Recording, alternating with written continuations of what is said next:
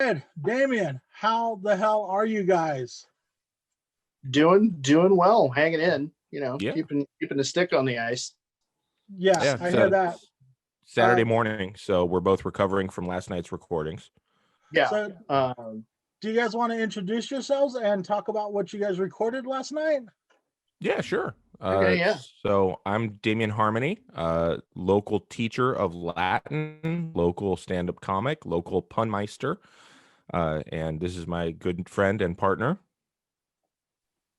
Hi, I'm Ed Blaylock, sort of local. I actually in the before times I taught 50 miles away. I actually took the train to and from. So I don't know if I could call myself really a local teacher. I You're live an local. expat. So You're there an you go. expat. Yeah, I'm an expat. There you go. Yeah.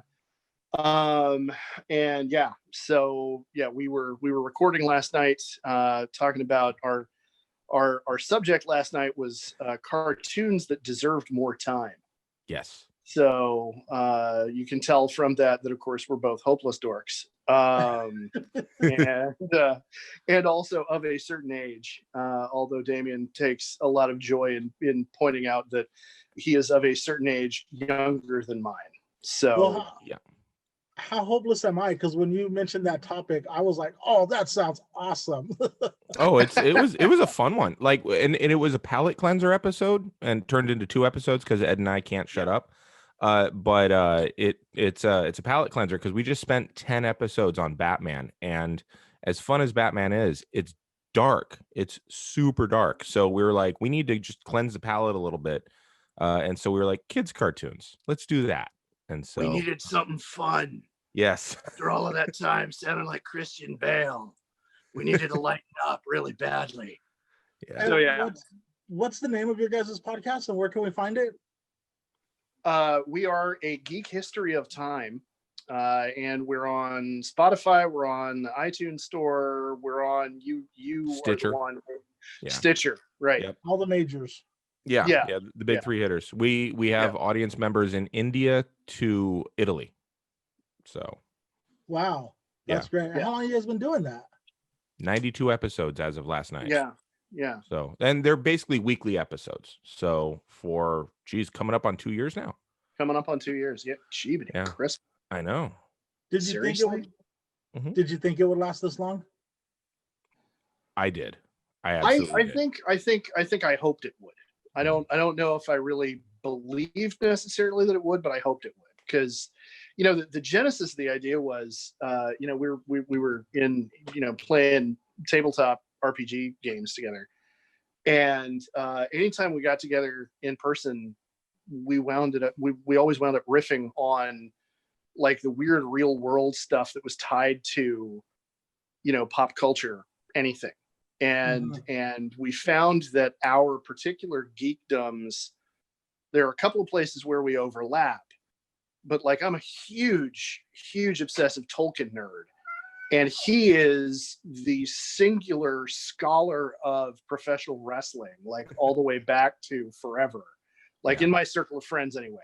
I don't know, within that fandom circles too. Yeah. Yeah. Okay. All right. So people are like, Damian, tell us about George Hackenschmidt. I'm like, all right, cool, let's do that. All right. Yeah. And see, since we started doing the podcast, I now recognize who you're talking about when you say George Hackenschmidt. Like, I don't just immediately think, oh, his name is my name too. Like, that's, which before we started doing the podcast, I'd have been like, who, what, some German guy, what, Mm-hmm. And so we have the opportunity to kind of teach each other something and rant for an hour plus at a time about something that we care about, we're passionate about. And so it's a lot of fun. It's cheaper than therapy too. And what's neat about it is that normally, like, there are shows where you've got a pair of guys and one of them teaches the other about something and the other one knows nothing about it. That's like 4 or 5 of the podcasts that I listen to. Like an expert will teach a comic about something. But in this case, I'm an historian talking to another historian about an aspect of history he doesn't know much about, and vice versa. And so we have all that historian training that enables us to build upon what the other one's saying, even without. So you've got the exploration of the person who's the lay person compared to the local expert, as it were. And you have like, I don't know, it's a different vibe than just, I'm going to teach this person who knows nothing about the thing, and instead I'm going to teach this person who knows plenty, just not about that thing. And so we're able to build to a deeper level of geekdom, I think. And it's been a lot of fun. The problem we're running into now, at least that I'm running into, is that 92 episodes in, we're finally getting to topics where I was just like, I kept putting them off because there were more exciting topics. And now I'm like, okay, I really do need to cover this topic now. So that's the conundrum I'm running into, but that's a good problem to have because I can still do all that research. Yeah, that's a good problem to have. Because you guys because you mentioned cartoon characters, I just want to say that my favorite cartoon character of all time is Foghorn Leghorn. Oh, okay. All right. Yeah. All right. I love Foghorn Leghorn, and right along the same lines, I loved Yosemite Sam. And looking back on them, neither one of them very politically correct. No. Yeah. Oh no. One was hyper racist and one was hyper misogynist. So they were hilarious. Which one was which? Foghorn Leghorn was absolutely the misogynist, even though he was the Southern gentleman. Because you said super racist, and the very first thing I immediately thought of was boy. I say boy. Oh wow, I missed that. Yeah, you're right. Yeah. Oh. I say again. I repeat. But remember the episode of Foghorn Leghorn where like he walks into the hen house and like the hens are just passing out because he's so gorgeous. Right. Oh yeah. Yeah. Oh, so man. Yeah, we did. Doesn't like stand up to modern interpretation very well. No. Yeah, and that's okay. We did. We did cartoons that like I apparently I had a pattern. Every cartoon that I picked only had 13 episodes, and we're all subversive as heck. Whereas, can we swear on this podcast? I forget. you can say whatever the fuck you Sweet. want. All right, cool. All right. But they were all subversive as fuck, and Ed picked ones that absolutely were related to his self-image on some level.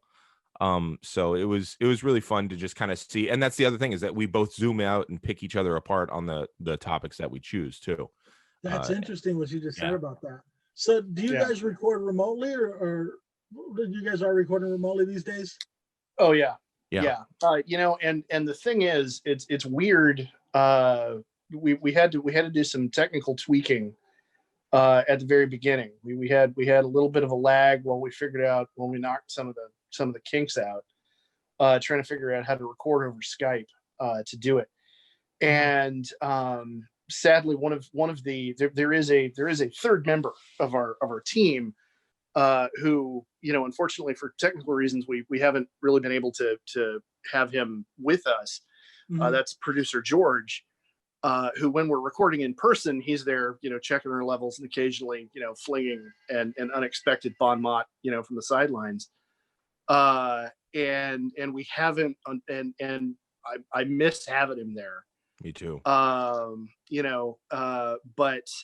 just with the way we're trying to do things on a technical level, we can't figure out how to get a third channel into the recording yet. But so we're kind of down one leg of the stool a little bit.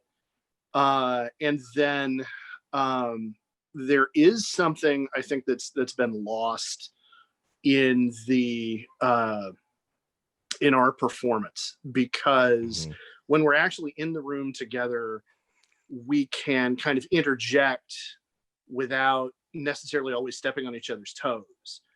And so there are a lot of kind of pauses in our recordings right now, while one of us is like, can I jump in here? Can I, Oh, you were going to say something. Go ahead. No, go ahead. Kind of thing going on a lot. And I mean, those are both, to various degrees, those are downsides, but the upside to it is we've been we've been able to pretty consistently record just about every week. Mm-hmm. Prior to the plague, in the before times, we would get together on a Friday night about once a month, maybe once every other week if we were really like hot to do it.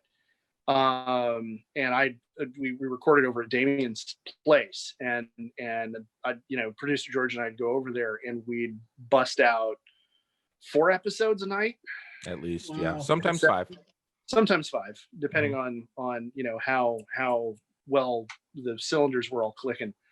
And then we'd have kind of a long lag time. And so I know for me, with everything else that we've had going on, having the consistent, like, I know that I'm going to be talking to Damian on Friday night, has been really helpful on a mental health level. Yeah. While the world has been going through everything the world has been going through, not just with COVID, but politics and everything else that's been going on. This annum horribilis, as the Queen would say. Knowing that okay, Friday night, I'm gonna get to groan at Damian's shitty puns and and get angry Jesse at nodding and have it be recorded and tell a good day sir at him over the internet. It's been a touchstone on an emotional level, and I think that's been really good. That's nice to hear. So, I haven't heard that between the good day sirs. But well, they're pretty loud. Yeah, it's true. And they are necessary. I would say that thinking about that, I kind of have the same, because it's not like during the plague times I can go out on dates or catch shows on a Friday night. So now my Friday nights are still, that kind of cool thing. It's my final indulgence of the week kind of thing before my weekend kicks in.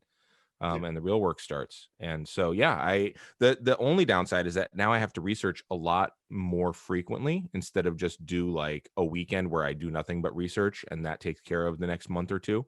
Now I kind of have to keep that spigot on a little bit, but that's not a bad problem to have again either. So yeah, that's nice to hear, Ed. Thank you. I appreciate that. Well, And ditto. I didn't realize that I've been enjoying it on that level, but you're absolutely right. Yeah. Yeah. I have another, I got other friends that normally I would see a lot more of than I would of Damian, and because of circumstances and their health circumstances in particular, because one of them is taking care of his mom who has kidney failure, is on dialysis, and because of her health, I haven't been able to see that friend since last February, in person. And, and so the ability to get together with a friend, even when it's virtual, is a big fucking deal. Yeah. Right. So, yeah. When it all started, did you guys have any downtime at all, or did you guys just immediately, because when Damian recorded with my podcast, and it was like how you said, it was your Friday night. I wouldn't have it, it would always be a Saturday morning. You'd come over, we'd have some coffee, we'd always have a good time, and when the pandemic started, did you guys have a rough transition? Did it stop for a little bit, or did you guys immediately transition? What was that like? We had a few episodes in the can, so we knew we had time. Yeah. And then I hit up my good friend Derek Lipkin, who is a fantastic punter in his own right. He's a Bay Area millennial. He's a lawyer. He raps freestyle for fun. He wrote a musical about pinballs. But he actually was a friend of the show and a guest on the show. He spent 2 episodes lecturing to us about pinball, the history of pinball. But he taught me what we needed to do, and he walked me through the whole thing, because I knew that this would be a thing that we would need to do if this was going to continue. And I knew that there's no reason a podcast can't continue doing it remotely. So the only lag would be my technical inexpertise or my technical inability. And so the result was that we had a couple episodes in the can, and then we were able to come out of the shoot and we had plenty of stuff researched and ready. Yeah. And what do you think? So the audience never noticed a lag. They're oh, go ahead. No, what do you think it's going to be like afterwards? Because like I loved having people over the house, but then it also like it was hard for me to like get people from the Bay and people from out of town. So like now that's not a problem for me. You guys don't really have guests. Are you looking forward to getting it back to the way it was, or do you think you're going to keep doing it this way? What have you thought that far ahead? I know I'm really looking forward to being able to record in person again. Same. And Damian and I have talked about, I know he's looking forward to it too. I think, the one of the bright spots in this is if we wind up in a situation going forward where like on a particular week, we find out at the last minute, oh shit, I can't leave the house. I got something going on or whatever. We now have this in our toolbox. Yes. So, whoever can get together in person can be getting together in person. We can have, whoever isn't there, call in and we can still record. Yeah. I think my preference, I know my preference is going to be to go back to recording in person because the vibe is different. The energy is I think add a little bit of a higher pitch when we do it that way. Mm-hmm. But yeah. Totally agree. Trying to remember if that's actually an answer to the question. It is because we're both looking forward to being in person, and we both have this tool that we can use when you got a sick kid or when any number of possibilities. But whatever life gets in the way. It won't. So. Right. And so like, okay, so you guys are teachers and I work in tech. So when we transitioned to working from home, like we were like, yes, we wanted this forever. Right. We had already done it a lot. Like when we were feeling sick or we were traveling, it was not odd at all to be like, hey, I'm going to work from home the rest of this week. And it was not a big deal. So when we transitioned to work from home, we were, like I said, we were like, finally. And now looking ahead, they're telling us it's probably going to be up to you whether or not you want to come back to the office. And if you want to come back to the office, you can come back the whole time. You can come back 1 day a week, 2 days a week, but it's going to be a schedule. It's not just going to be, what was it like transitioning teaching to home? And I know, well, I guess I know for sure it was hectic. It was crazy. But what were some of the hurdles that you jumped, and what's been some of the positives from it? Ed, your story has the most contrast to it. Why don't you go first? All right. My prior experience, like as I mentioned, a little while ago, before we went to distance learning, back in March of last year, my commute was over an hour each way, taking the train. I would leave the house. I would try to get out the door by absolutely no later than 6:30. And if I got out the door before 6:15, I was in really good shape to get on a train at 7 a.m. to get out to work in time to, report for, contract time for my day. And then I'd wind up taking a train home, getting on the train at about a little before 4 o'clock, and then finally getting home somewhere around 5:30ish. And That's so that is a long ass day. It's yeah. But it started with some of the most beautiful poetry though, too. Like Ed is a poet, in addition to many of his other skills. And he would write these really neat poems as he's on the train. It was cool. Like I looked forward to that on my Facebook every day. I refer to it as train poetry. Damian is being very kind.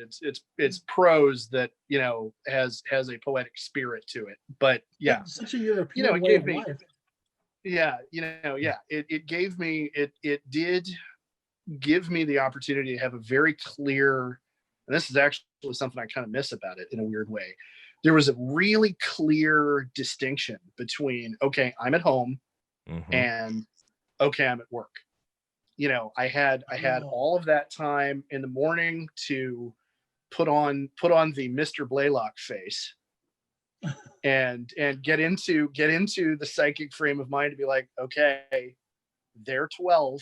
I need to be the adult. You know, I had, you know, that time to kind of do the, you know, psych myself up in the morning. And then in the afternoon, I had time to decompress and get ready to be home. And, you know, whatever had happened during the day, however rough the day had been, whatever, I had some time to veg out and kind of get that out of my system so I could come home and not have it taken up space in my head. Yeah, so that you don't bring it home with you. That is not, yeah, and that is not there anymore. In a really major way. Because in my own circumstances, we're living in a 2-bedroom apartment, and so we don't have an office, we don't have a spare room or any place. So my classroom is literally one end of my dining room table. And like right now, yesterday or day before yesterday was our last day of instruction before winter break. And so for the last several weeks, the kids have been looking at my Christmas tree behind me because, you know, that's where we put it. It's like, that's just how we set our place up for Christmas. And so for mealtime and everything, I have to try to, you know, tuck my classroom away in one corner of the table. And it's kind of, and my wife and I both made a decision last night. She suggested it, and I wholeheartedly agreed with her. Because for the last couple of weeks, she's been working from home because we've been in quarantine. And so she's been working from home. Our little boy has not been going to daycare. And so her workspace is one of the other seats at our dining table. So we have to literally move work out of the way to have dinner. And that, I think, has definitely been stressful for us. That sounds chaotic. You know, yeah, oh yeah, and you know, add a toddler and like everything becomes. I was just thinking of the whole thing. I was just thinking of 2 adults working with the toddler in a 2-bedroom apartment and not getting that. I hadn't thought about how, because like I immediately thought to myself, this is so great. We no longer have that commute to work. And like that was something that, but then when you mentioned it, I do remember how much that drive home from work helped me not bring the office home with me. So that by the time I walked back into the house, I was Jesse again. I wasn't, you know, work Jesse anymore. So yeah, that's pretty intense, dude. Yeah, no. Yeah. Yeah. And you know, when we went into distance learning in March, I was comparatively much more fortunate than Damian in some professional ways, in that my district, the ways in which his district and my district are fucked up are dramatically different. His is run by a criminal cartel. Mine is run by semi-competent, on a good day, politicians. And so, and you know, and I'm saying that with a smile on my face, because, you know, if you talk to teachers anywhere, any teacher, any public school teacher you talk to anywhere is going to have a laundry list of ways that the district office is fucking them over. Like that's part of the job. That's like the biggest things we have to complain about are, oh my God, the kids never want to do what you tell them, like at all levels. That's always a thing. And you know, I'd be able to do my job so much better if I didn't have my sword arm getting jogged constantly by these assholes at the district office. Like that's it.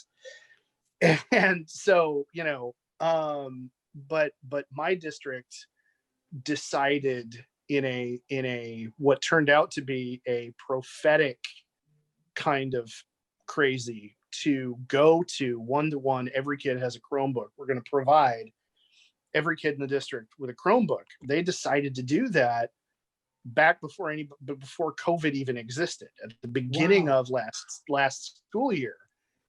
Or actually it was the year before that. They just said, okay, one-to-one, we're doing it, we're spending the money, we're giving them all the Chromebooks. And I mean, the handout was ham-fisted, and they got a whole lot of details of distribution wrong, and there was a bunch of other stuff that was a problem. But all of my kids were already had at least half of the tools they needed to do distance learning.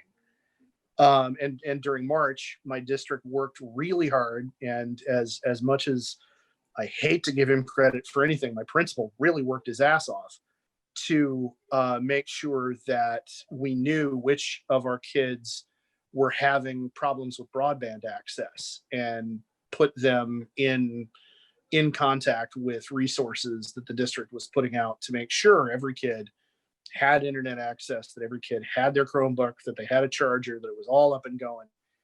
And so when it came time to, flip on the on switch and go, hey, welcome to Mr. Blaylock's virtual classroom back in March, I actually had students in attendance when we did that,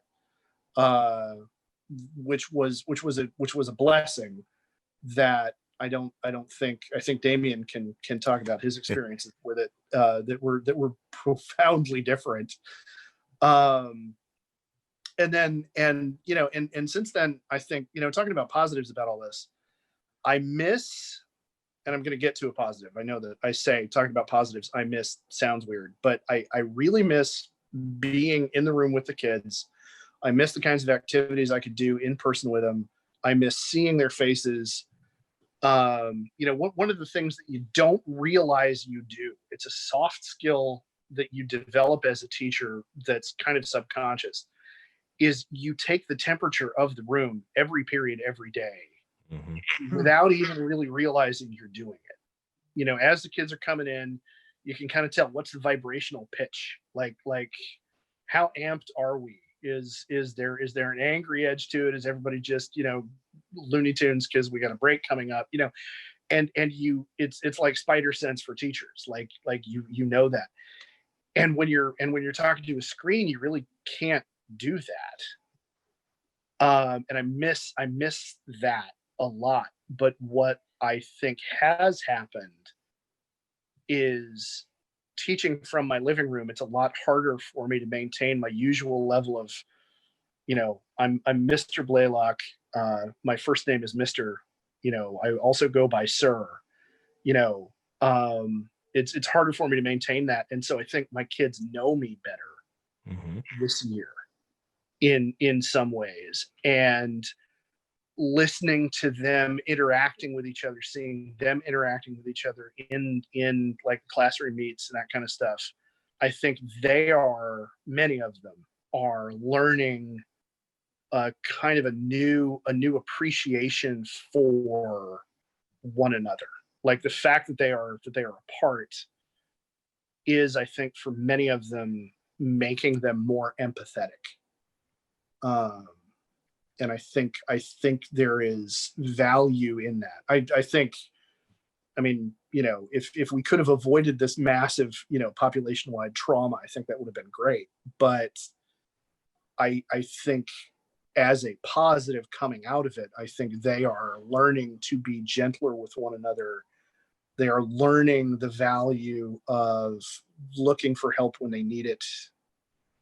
And I think that's meaningful, and I think that's important. That's some good stuff. That's some good stuff. Yeah. My experience is a bit different. I only commuted 20 minutes, and it was nice because on the way home I'd sleep.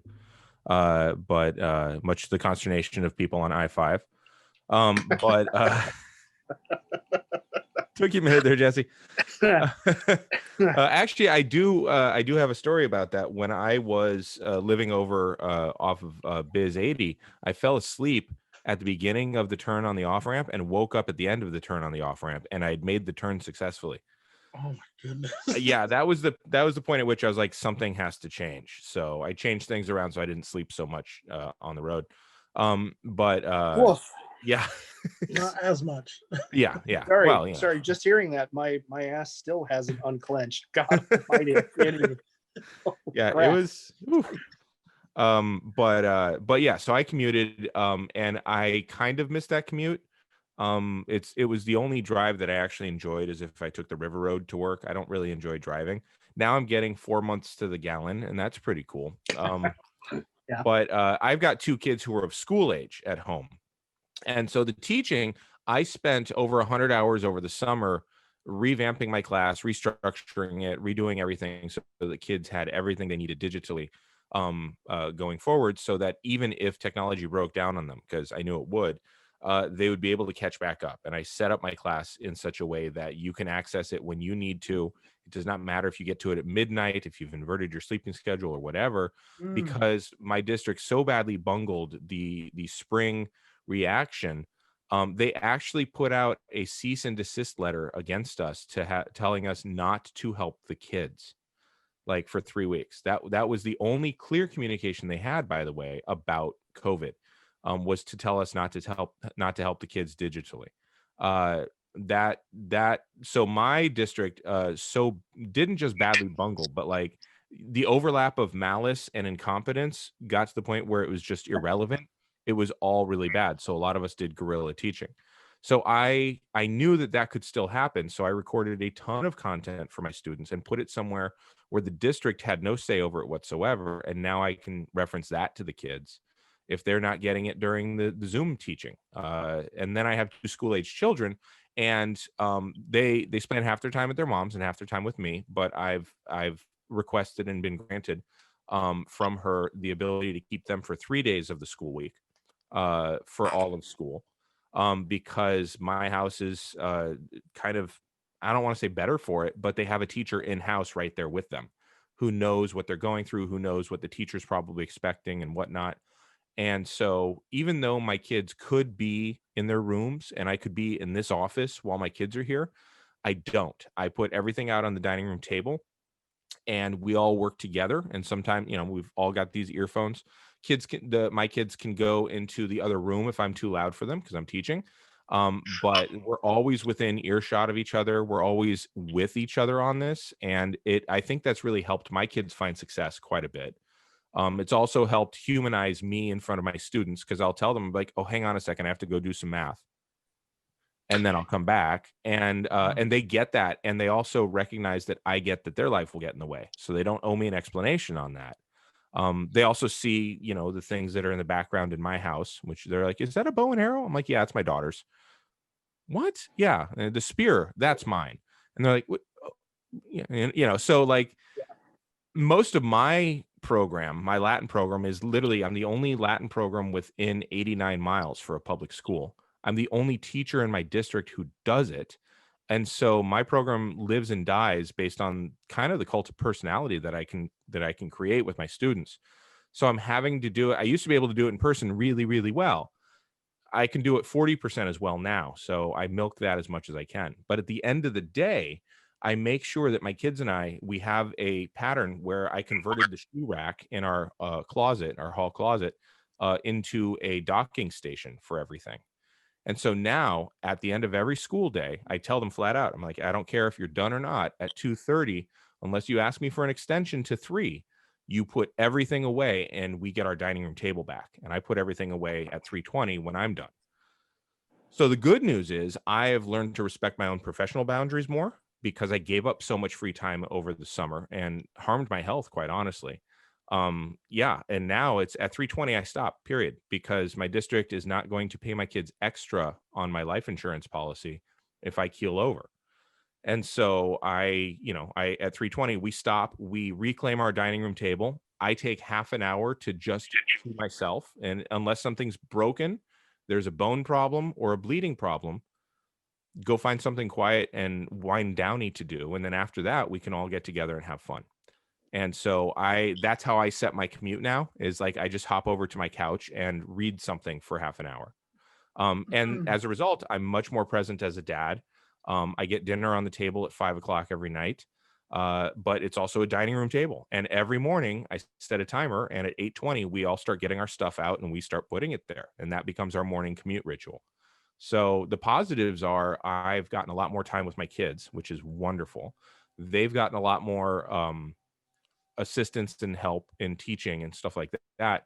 But also they're learning a lot of empathy for each other, and they're seeing how each other works and learns. They're seeing what I do for my student, and they're learning their own boundaries, and I'm modeling for them, hey, this is my work life, and that can be interrupted for life if it's important, but my life does not get interrupted for work at all. And so it took 19 years and a pandemic, but I finally learned how to put that division in there. So my district, I mean, I've had to yell at them 6 or 7 times since the pandemic started, which is an uptick of roughly 20% over normal years, because I'm a union activist for my district, or I'm at least a union rep, as is Ed. It should be noted here that part of the tone of our language when talking about our districts is probably also influenced by the fact that we are both union reps. Yeah, we see the sausage getting made and then falling on the floor and then getting put back in. So so I've been doing that more. I've been yelling more at my school district as needed. But also the collaboration I've had with my boss has been fantastic. And so there's, I think that at best we're going to get about 40% of what we need from this year. But I'm going to make sure that it's the 40% that's most crucial. So there are a lot of positives from it. There are a lot of things that have come from it, but I cannot wait to get back in front of kids again in my classroom where, like a bear in a Studebaker, I'm in my natural habitat there. Nice. Well done. I love the Bear and the Studebaker reference. What do you think that I've spoken to, I've heard from a couple of parents that as a result of all of this, they are going to, and because they're able to, but not a lot of people are able to, have decided that when this is all over, they want to homeschool their children because they liked having their children home. They liked having that interaction with them. Do you think there's going to be a big push after this to more homeschooling and more of these like these pods? Like, I heard a lot of like where like there was like these teaching pods where like one parent would kind of like help out 5 or 6 kids work through the technology and the lessons. Do you think there's going to be some of that left over after this? I think honestly that this whole thing has laid bare the inequities of our system more than anything else. And what we're seeing is people disengaging from it entirely, partly because it was always set up with racist undertones, but it had grown like institutionally abusive while getting verbally more woke. But it was performative wokeness. It wasn't actually, they were getting wokens. They weren't actually doing things for people. And they continued to further marginalize people by their policies. And I think what we're seeing is the very, very real abuse and neglect that came from those policies is being laid bare. I think what we're seeing honestly is people disengaging because now it's safe to. There's no truancy officer going to come to you. And I think that it's actually a huge blow and a huge step backward for folks. But at the same time, we're actually getting to see, we pulled up the rock and we're seeing how many things have been crawling around under there. And we're like, we do need to do something about that. The question is, are we going to? And I worry that it'll be too many people will be focused on business as usual.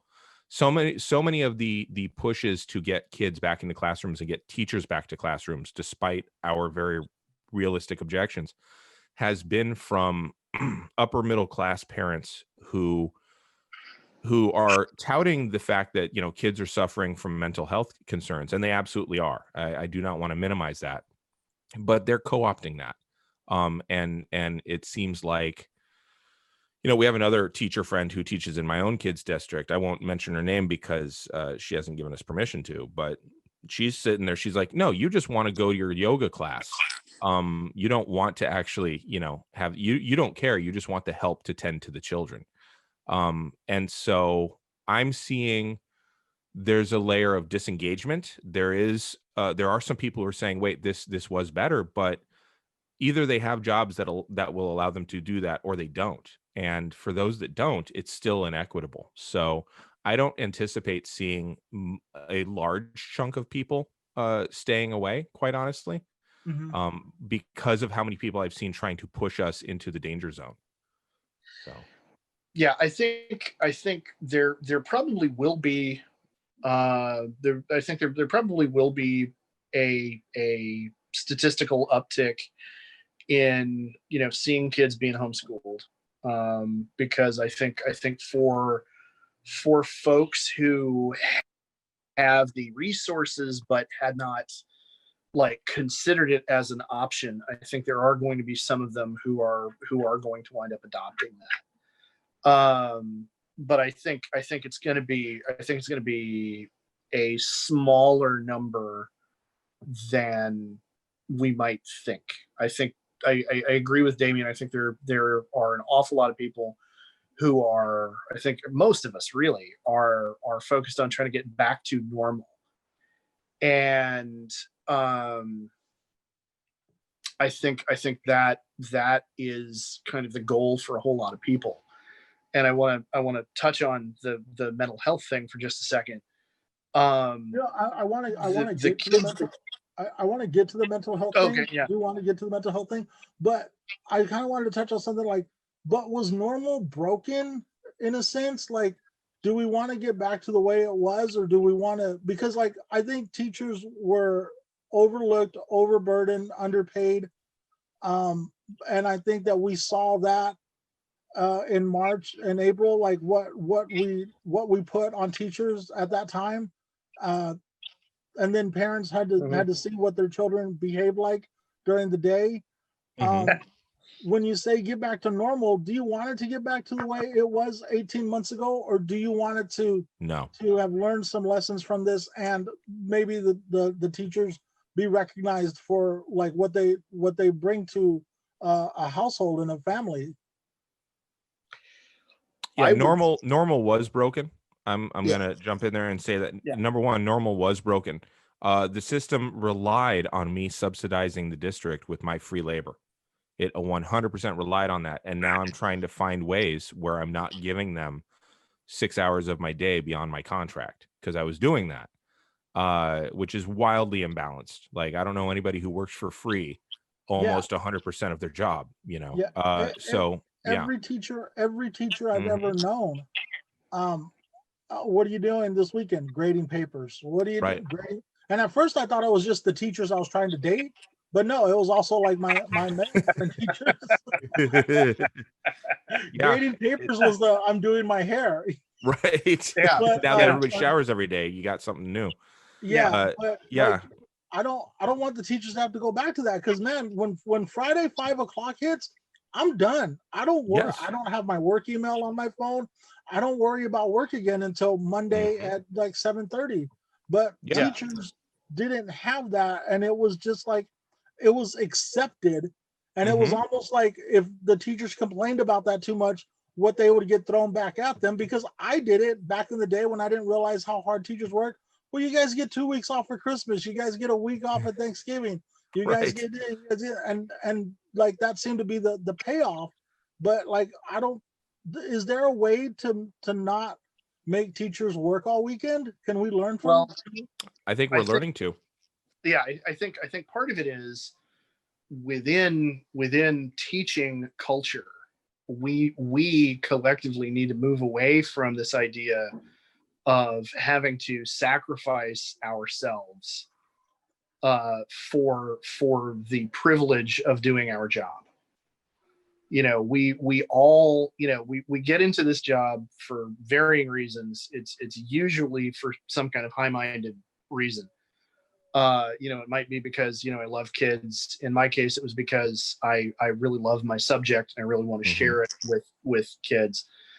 You know, I want to evangelize for how awesome history is, you know. And it has then turned from there into, you know, wanting to, you know, help educate people who are going to be voters later on in life. And you know, we get into it for these high-minded reasons, and so there's this real easy shift into kind of a martyr complex. And I think as a culture, teaching has for too long been accepting of the idea that, well, you know, as a teacher, you know, like my first year teaching, I got advice from a guy who had been doing it for, you know, 30 plus years. And he said, and the advice he gave me was, here's what you do during the school year, pick one day on the weekend, and that's going to be your day for doing your grading and doing your papers and everything else. And then keep the other day completely free. And then over the summer, don't let them make you do anything. And at the time I was like, okay, this is really good. You know, this seems like sensible advice. Now I'm looking at it like, you know what? I don't want to give up one day a week. Right. Yeah. Now, You know, I'm gonna highlight something that you said there, and combine it with what Jesse said. We get 2 weeks off during the winter. We don't get paid for those 2 weeks. We get a week off for the spring. We don't get paid for that week. We get 2 months off for the summer. We don't get paid for that time. What we do is we stretch 10 months of pay over 12 months. So we already worked the hours for the pay that we're getting in July and August. And a lot of people don't seem to realize that. We've been squirreling away $600 a month so that July and August aren't lean months kind of thing. Or however much we've been making, you know, that kind of thing. I picking numbers. But you know, so Ed's absolutely right. Like over the summer, don't let them get you to do anything because you're working for free. You've already worked those hours. not a fucking thing. Yeah. Never. So, Love it. And so, you know, and my own take on it now, having now had my job literally invade my home, is when I go back, when we go back to in-person instruction, when we go back to being on campus, I know, and I took this is taken basically directly out of Damian's mouth. I'm going to really be rethinking, like, if I'm giving my kids an assignment, I'm going to have to grade that assignment. Do I really need to give them an assignment for this? yeah. Like, you know, how, you know, is this something I am going to collect from them? Or am I going to say, okay, we're doing this activity to prepare you for the thing I am going to grade later on? And that's another thing is that self-care that Ed's talking about, that self-protection that we're talking about, it trickles down to the kids in a very real and important way, and vice versa. This culture that we had allowed to be created, that we participated in creating, allowed us to essentially heap kids up with work in the name of rigor, which it isn't, and to heap kids up with work and stress them out. And if you don't stay on board with everything, you're going to fail. Like I said, the inequities of our system were laid bare with this, because that also trickled down to the kids. This is one of those times where trickle down works. It's when it's excrement. Yeah. And but like straight up, we were being abused and we were transferring that abuse onto the kids. And our justification was, well, I'm grading this. And now it's going back up the other way. I don't want to have to do this, because there is, like, my house has been invaded by my work, which is why I have that ritualistic half hour. And that does take care of it for the most part. But, like, you know, we essentially have started tending to ourselves because we've, you know, hit crisis point, and that's causing us to rethink what we do for our kids, not to our kids. And so, yeah, Ed's absolutely right. You know, what work do I actually need to grade and put them through, and how can I deliver better instruction to them, and help them learn more with doing less, essentially busy work, because that became a tool of oppression. I also want to ask one more thing, and then we're going to move on to the mental health thing before we wrap it up. What I've seen a couple of teachers talking about to really think about what grade you're giving your students this year.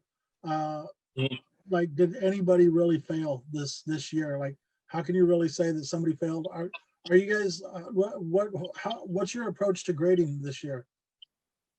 Do you want to take it first, Damian, or Yeah, or I'll go first. So Okay. there's a friend of mine, Manuel Rustin, who wrote an article last year about give them all A's. And he's an educator he's a teacher down in Southern California, who he has a doctorate. So we'll call him Dr. Rustin, kiddo. But he wrote an article that said give them all A's, and I read it and I was like, all right. And I called him up. I said, I just have 2 questions, and if you answer those for me, I'm on board. And he did, and I gave all my students last spring A's. I didn't care what they had done up to that point. I gave them all A's. And then that was a one-time only thing. Now this year, to avoid doing that, quite honestly, because then it becomes, it's just a free-for-all, and I'm not down for that. But I redid my grading scale so that instead of, and I think we all grew up with this, 0 to 59 is an F, 60 to 69 is a D, nice. And then 70 to 79 is a C, and 80 to 89 is a B, and 90 on up is an A.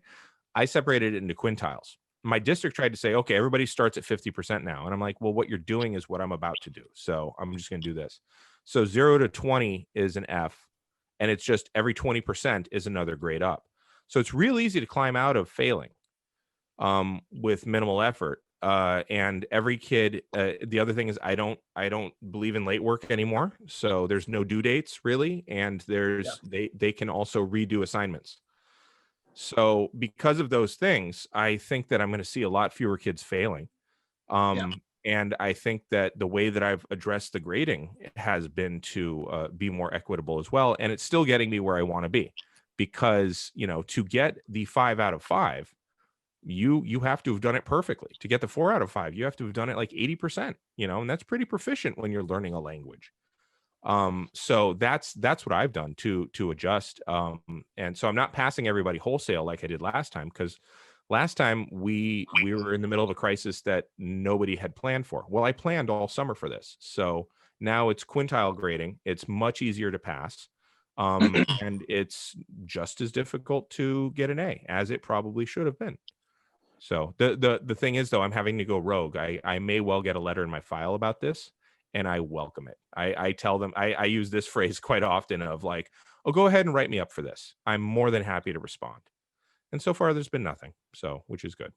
Because my principal totally backs me. He's like, this looks very fair and kind and compassionate to the kids.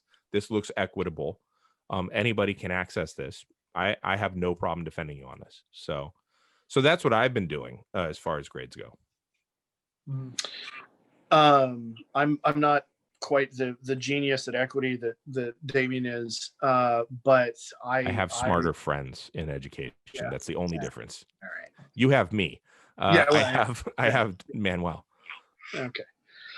All right, fair enough. But my take on it has, in a lot of, there's a lot of similarities. I am not penalizing anybody for turning anything in late. And I have to put due dates on assignments. I learned this the hard way. Originally, I was not putting due dates on assignments. And then I wound up, having a kid with a grade showing up as a, 20% or something. And I got a flurry of very angry emails about nothing is showing up as missing and da-da-da-da. And the reason nothing was showing up as missing is because there was no due date attached. So the program that we're using to handle giving assignments out didn't register that, no, he hasn't turned this in, but it's not due yet. So it's not, anyway. So I had to put due dates on stuff, but I've let the kids know those are advisory. Don't worry about them. I'm putting that there so you have an idea of when I'm going to look at it and assign a grade. But if you turn it in after that, you're still going to get graded on it. You're still going to get credit for it. And then if somebody has shown up, I'm not going to fail them. Is kind of basically my policy. I will say I gave out a lot of D's for the semester, but if somebody has shown up, I am not going to fail them. My principal and my department chair, who is a mutual acquaintance of mine and Damian's. I'm not going to mention her name because she hasn't given us permission to. But my department chair was just bristling at the idea floated by my principal that if a kid doesn't turn something in, give them 50% instead of a 0 because it's easier to get them out of the hole with 50% than it is with a 0.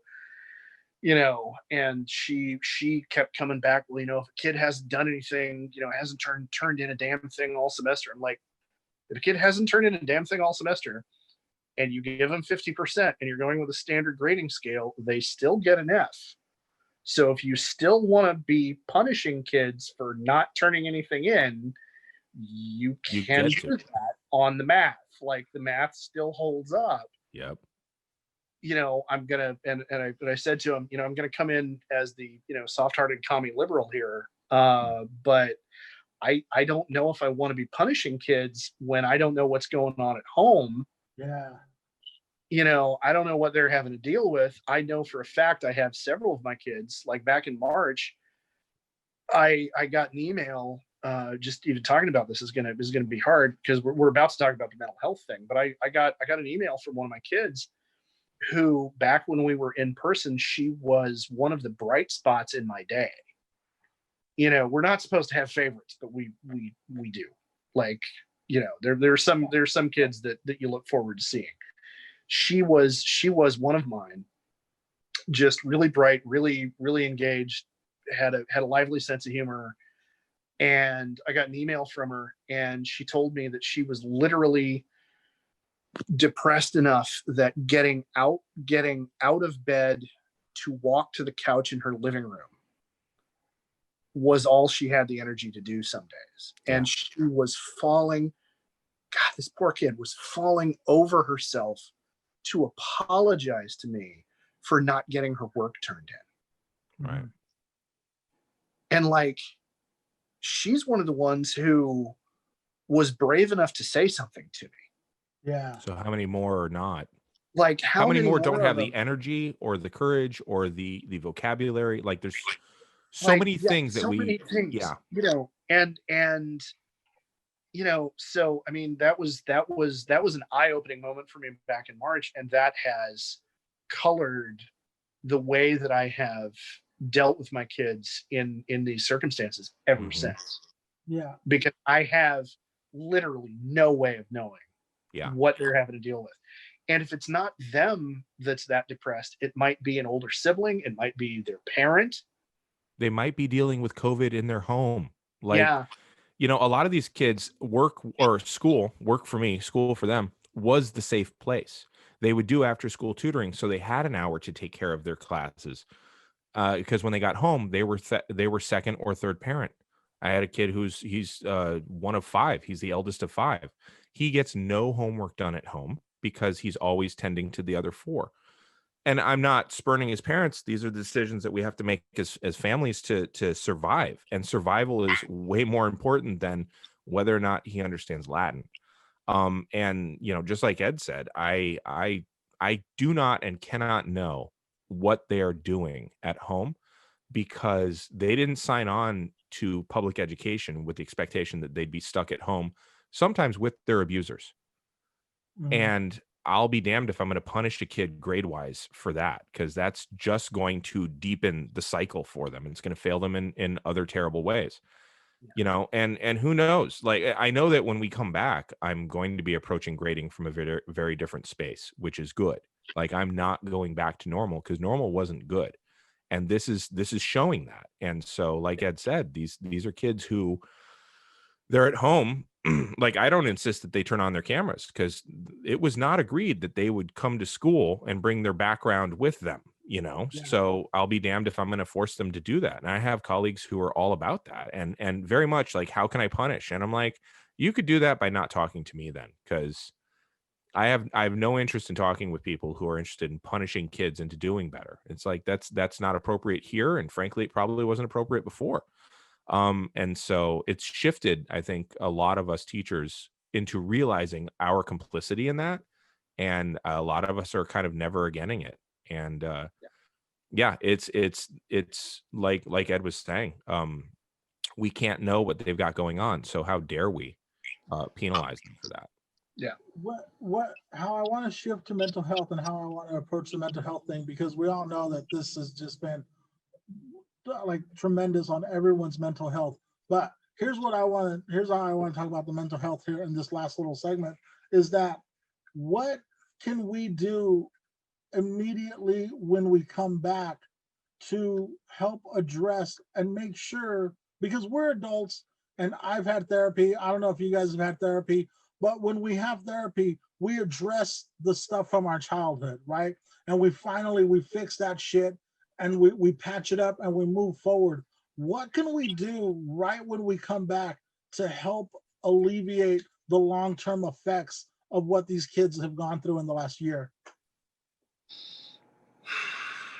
I think the very first thing we can do is we can be really mindful of, I think for a lot of us, and I'm going to admit, I don't know for certain that I'm going to be one of these people, but I fear I will be.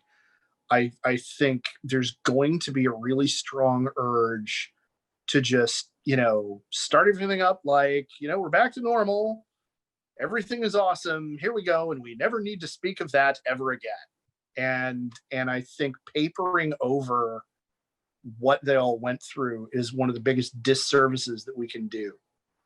I think districts and I think administrators are going to want to just like, we got to get them in the classroom. We got to get back to work. We got to, and deliver these proficiencies. Yeah, we got to deliver these. We got to deliver these numbers. We got to get test scores, back in line with what they're supposed to be. And in a rush to do that, I think there's going to be like, we don't need to dwell on the past. We don't want to, wallow in what's, it's over now and we're on the other side of it. And like, okay, yeah, it's over and we're on the other side of it, but let's make sure we leave space for recognition of there has not been a generation that's had to go through this in literally a century. Mm-hmm. And maybe being a history teacher is helpful here, but we have all just lived through a massive historical event, a massive historical trauma. Yeah. And Yeah. it turns out that really sucks. And we as and across the board, teachers, parents, counselors, healthcare providers, whoever, anybody who's dealing with kids, I think we need to be really careful to really make a point of being open and listening to them. Because let me just finish this one thing. Absolutely. What you said about dealing with the stuff from our childhood when we go to Jesse, when we go to therapy, I think the thing is, if we don't try to paper it over, it will require less therapy later on to deal with it. If we give them the space to process it and genuinely be open to the emotional process of and recognizing that kids have an emotional process too. Like, adults aren't the only ones who are gonna have to deal with this. Kids have been through this, and we need to give them the space to not be okay after it's over. And it's okay to not be okay, right? Yes. Yeah. You're not being weak. You're not being right. an adult. Yeah. It's okay to not be okay. Yeah. That is literally something I've said to my kids in our classroom meetings repeatedly, is, trying to get a check-in from them, trying to get the temperature of the room, and just saying, guys, look, if you're not okay, it's okay that you're not okay right now. Yeah. I would add, and my experience is a little different. I have a child with special needs. My son has autism, and my focus with him from the beginning has always been to meet him where he's at, and then figure out how to carry him forward, or how to help him, better yet, carry himself forward. And that shifted my teaching style to begin with, And I think a lot of teachers are about meeting kids where they're at and then going from there. Well, this just deepens the necessity for that. We need to meet those kids where they're at.